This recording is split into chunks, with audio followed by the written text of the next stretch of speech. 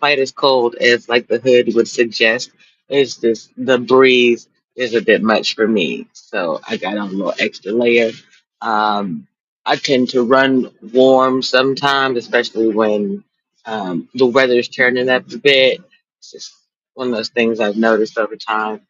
Also, when I'm in my feels a little bit, and I'm still, full blown human, right? Like, okay, let's back out and have a little bit of fun first. Although all of this to me is a fun thing.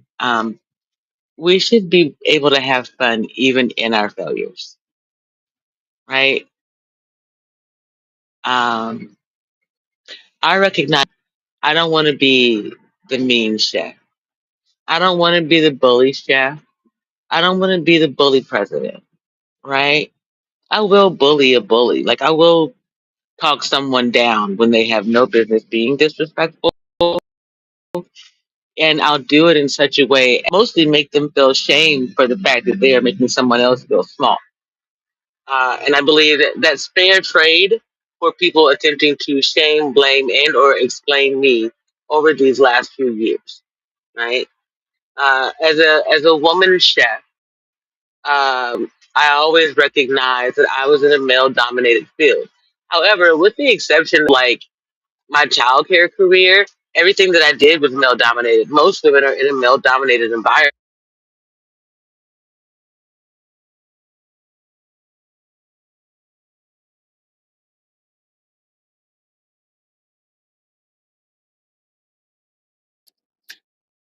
Boy, I guess the YouTube something. Um, but yeah, I have a bachelor's in arts and applied sciences and culinary management, right? So I know science, and to tell you, for example, like how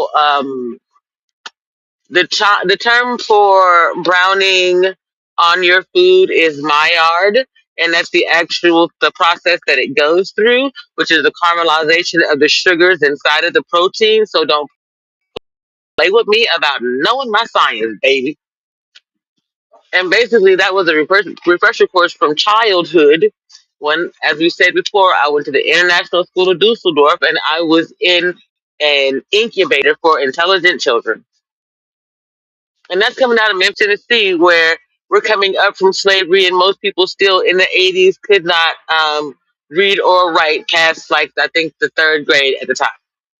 The average life expectancy for a black male was 21 at my father's age, and 25 when for my children's father. So, in respect, they have lived three to those two. And while I might not like them, they get credit for that shit, especially having both them gone off to war at least once.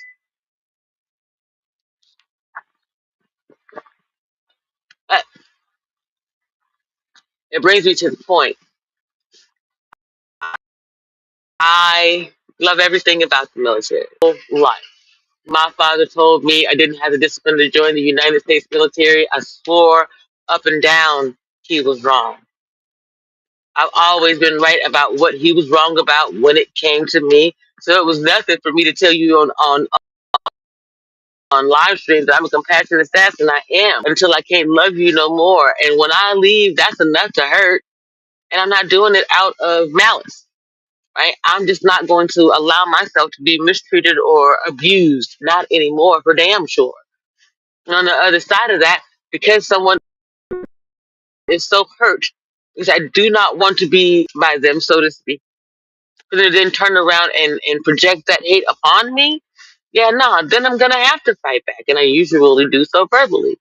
I have had to do so a couple of times physically, only because people put their hands on me or my things or my children or whatever it is.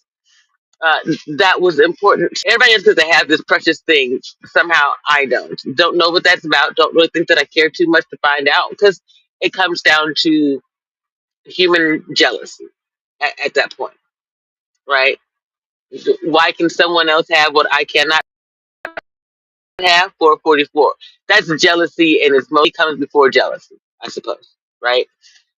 If we're categorizing these things. So if you got envy, and then behind that you've got lust, and then you've got jealousy. And then that's when you get to your Jezebels, right? The women who will do anything for a man's attention, mainly to keep him from being with someone else. And now you have men who move that way also. Men were small and petty back when because it was about the competition, right? And then we move into an era where men no longer have the ability to go out and hunt and shoot and gather and do other things. They begin hunting and gathering women and children and cars and stuff that they don't need, and the world begins to start. They're not doing what we need them to do. You know? Mm. And now we're basically raising sterile men. If you think of the trees, right, that we keep planting, if they're sterile, they're all male, right? So they're going to be sterile, so to speak. If they're sterile, then they're providing the oxygen in the air. You're providing unfertilizable nutrients to the ground, so to speak. It's just luckiness. One of the things that the military was not asked to do, is not known to do, so to speak, is that part of the science. Um, we had other people who were supposed to be protecting the planet while we were protecting the planet. You dig? Shoring up our defenses at home, and there ain't no food to eat, and our women and children are suffering. Why would we continue to do anything? Right? It's time for us to stop putting our time, money, and everything that we have into a system that's not working for us and shore up our home. Now, I'm saying this because I want to say a couple of things. Give me a second.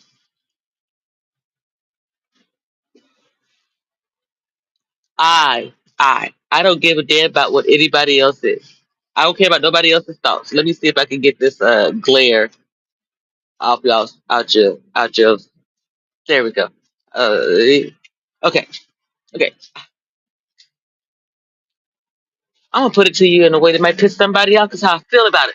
As a veteran, I am sick and fucking tired of everybody using our plight as uh pigskin. Okay, I've had enough. I've had enough. Anybody, any corporation, organization, if you are not a veteran owned and operated business, don't say shit to me. And if you are, you have the audacity to tell me that because I didn't put on that dusty ass uniform, I am not a veteran when I have served since I was like six. Eat a dick. You didn't get to tell me a goddamn thing. I made sure you got home from deployment and you didn't even know it. And I made sure your wife got tampons because you weren't sending her money because you thought it was better for you to keep it in your pocket and sell it out when you felt necessary. So do not come for me. I know more things about the United States government's backstory than you want me to tell anybody. If I've been able to keep that beat and that secret all this time, trust me, my government's on my side. Anywhere else, y'all call us Household Six. There's an organization known as Healing Household Six. How come y'all always like to leave me out of it? As if I wasn't always there in the mix. As if I wasn't one of the children that you determine the rest of the lives of black and white children in my age group and beyond, and use my children too. That's the government, not the military. See, they were doing a job, put on a uniform. My father more than likely got into the army in order to keep me protected from people who you. What better place to put a child who is gifted than under the nose of the United States government where they refuse to look? Because they have too much ego to look in on themselves and see whether or not they've been doing the right thing. So then, who I am, they send me to Tucson, a hotbed for some of the worst election fraud and scamming and trafficking and information abuses there are. Fraud, waste, and abuse. Now that everyone in the government knows.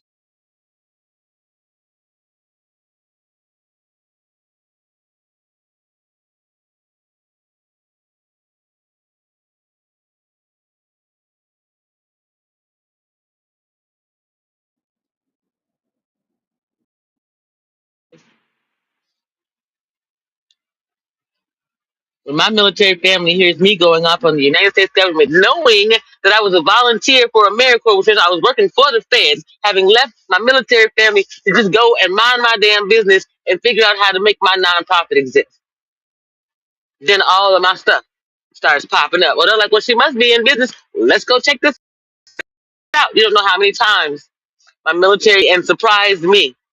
They didn't say anything. That's not how we roll. You understand? Especially knowing what's going on. It was more like, hey, you over here at the hot dogs? We look at the hot dog stand every day until we see her. We ain't gonna buy a hot dog until she's there. But we'll be there. We'll be looking. We'll be watching. A military family member put a young woman in my care and custody. I believe it bothers me, so I say it's the one that I lost. However, she went inside of the property and they separated us, and I never saw her again. They basically put her in a vehicle and sent her on somewhere. And unfortunately, it was like I was sitting outside talking. I told him, this is how the program works. She went inside and nothing. Okay. So that's the one that I say, was I lost, right? Outside of that,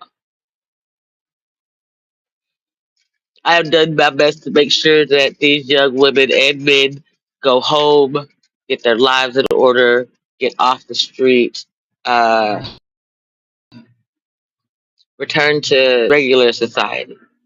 Society is not polite anymore, and a lot of these young people are coming back from,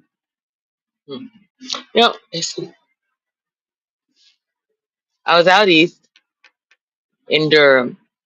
One of my classmates, his family owns a 2-year recovery program. If I can remember the name, I'll say it. But anyway, the family name is West, and they're Caucasians, by the way. Just I know it's some mess out here with that other West, and I don't want nothing to do with that mess. Okay. Anyway, one of our classmates ended up in the program. He was, I would call him my friend, my best friend, even his sister also. But he was dealing with trauma left over from the military. But whatever he was dealing with outside of that, or in because of it, he would drink like an 18 pack a night. And as his resident advisor, it drove me nuts. One day I realized that his sister and I were just doing 6 month stints, enabling him to exist in that fashion. So remembering some other times that I had to stop enabling people, I did the same thing here. I just pulled out of his life one day, and his sister did the same. He went into the program. He was there for 2 years. He went on to work for the program for, I believe, another year or two. And then one day, someone from the program, I believe, says to him, man, I'm having a hard time with my girl. Come have a drink with me. That's when I realized, though, that religion does matter or God does matter. It's just you can't beat people over the head with it the way that most of these rehab programs do.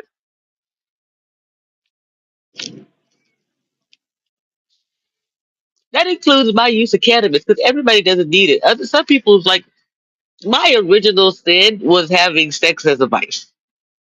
Okay, right, and that just meant that mm, because of the situation that I was in, um, I didn't seek intimate comfort in men. I just felt a release, and then I went on about my business. That's it. That doesn't mean that I don't know what the other is. That's how I understand the difference. I used to want to be, not specifically, I wanted to be a sex therapist. So I wanted to be like Joyce Brothers, or, I mean, yeah, Joyce Brothers or Dr. Ruth. And then I read the Johnson and Johnson books. I read some other books. I read a book on alternative lifestyles, and I just was trying to obtain the knowledge to be able to do so. When I was approached by an organization that was going to give me the opportunity, but I was with someone who balked at the idea immediately. And the name of that was Make Love Not Porn, and they wanted me to be a brand ambassador. And this is a website mostly dedicated to and those with disabilities uh, who want to see themselves in what they enjoy watching. In this case, we're talking about adult activities. Yet simultaneously, one thing that anyone will tell you is to have someone represent you and like you. They don't even have the common decency to, pardon me, be disabled or black or the appropriate melanation for whatever it is the representation may be. And then to completely leave us out of certain things, right? The only way that we were in science movies before was because we were always the first ones to die. Now we get to be the president, and we might stay alive, but we don't get to be the scientist. We don't get to be the knowledge base. We don't get to be the one that saves the world from start to finish. And if we do, we're a dude in a cape or a chick in a bodysuit. You dig? Can't be G.I. Jane out here all normal and shit. It's just that's too bad. We have to be if we're military, some super cyborg put together, brain chips and weird ish. We're just like uh, everyone else. The general population. It's just we recognize it's okay for indigenous people to say they're responsible for taking care of the planet and that's their job. The military is responsible for taking care of the planet too. Their job is just a different part of taking care of it. When we all stay in our lane and we take care of the planet in the way that we were asked to, by way of the tribes that we're born into, by way of what it is we find that most moves us to keep going every day. See, that's the thing. Don't get stuck in a dream. Get stuck in an understanding that you are a part of the universal galactic team of human beings. That's it. When you recognize that, you can come and go freely. You can be a part of a community. You can learn rather quickly how to uh, not offend someone. Or you see, my TISM has made me understand how to make sure I know the difference between who's good and who's bad later on. I'll give you an example. They were holding somewhere that I did not want to be. And I just remembered the mean people's names by word association. So one of them was named Adele. I remembered the songs, the singer Adele, and then I made it stick by singing those songs and remembering what that person's face looked like. And I kept calling her name until I got away from her. The same thing with a woman named Ashley. She was making me saying that I was unstable because of my autism, rather than not recognizing that I hadn't eaten and taken care of myself appropriately that day. But I had been very very sick, and at the hospital they're supposed to take care of that. They didn't. They mistreated me. And actually, I remembered her because when I had to go to the bathroom, I just called her name over and over and over again, so I wouldn't forget what her name was, even if I forgot her face. So when the doctors asked me some questions, I said, Ashley, Adele, these people held me here against my will. I didn't want to be here. Okay? And that's something that I had to learn how to deal with. But it's given me the opportunity now to use it appropriately. It's a self defense mechanism. I believe it exists in all of us, and that's when we see it. That's what the stimming is. Otherwise, I think there's a separate term for it. Maybe the ticks. And then stimming is our getting that off, right? So the more we tick, the more we're probably going to need to stim. The more we need uh, space and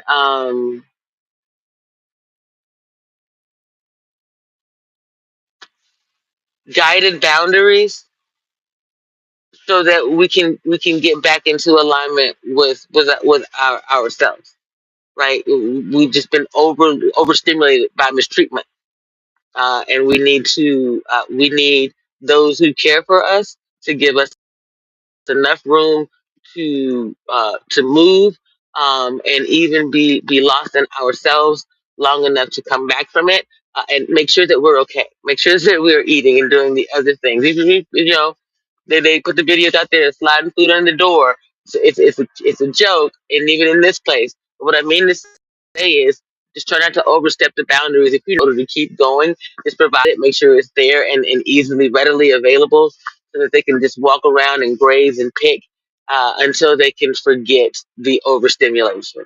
And then there might be some rest, and afterwards there may be some verbalization or conversation or some other creativity to release that. They can do a little moving around and whatnot, but I believe that if we were willing to do that, we may find, that those who have been nonverbal for a while, lies or otherwise, um, share in that Patch Adams kind of way. So definitely, if they're going into the dark a lot, you want to mildly, illuminate the world around them. Okay, it means that they're on their way down into a depression spiral, and you don't want that. You want them to be able to process it in a day or two, and then come back from it. So if by day three you're seeing some, okay, then it's time to start, actively encouraging conversation. And this is because, 22 and 22. Um, hmm, all chickens come home to roost. You cannot, I don't mean to offend those who have faith based organizations that continue to help veterans, even veterans of a particular faith. We have to destigmatize, um, suicide. I'm not going to say to the point where we allow euthanasia. I don't think I'm prepared to go there. Uh, it's a lot because here's the thing. Let's just talk about it real quick. If you're going to imply that one should be able to sign a document and say that they're willing to take their own life whenever that time is appropriate, how do you know that the people around them are not killing them? Period.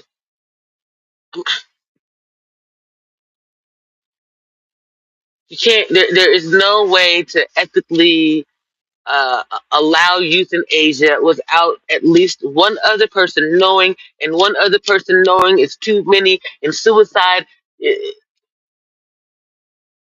murder is murder, right? We're not gonna lock you up for wanting to not be here, knowing that the world has given you a reason to not want to be here. We need to give people a space to be able to communicate some of the things that they have seen and not be judged for it. Allow it to be art, allow it to be beautiful, allow it to, if you want to pay them for it, great. If you get some type of, creative vibe off of it, right? Create your own ish. Tell the people where your inspiration came from. Yet don't make it this. Don't make it political. Don't say you saw this story about veterans who have committed suicide and their families and whatever else, and then politicize it. Don't make us your inspiration porn either. Ooh, if I had a Jess, nah, you don't. They don't know what this is. That's why we do this. It's not for a living. We get paid to do what's the most important to us. We love the world around us and the people, even when they could care less about us and or themselves. So when they tell us that their job is to take care of Y and Z, we certainly want to see that and not casino building,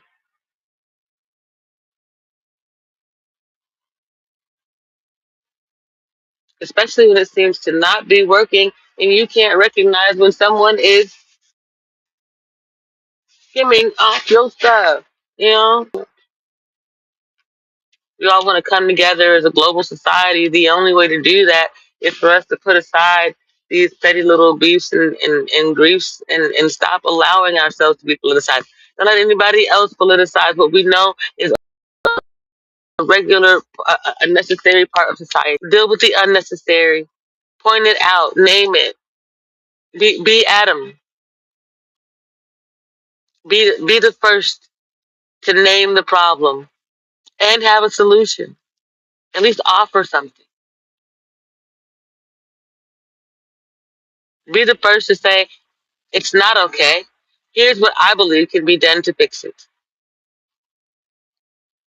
That'll go a long way in helping society in the long run, if you ask me.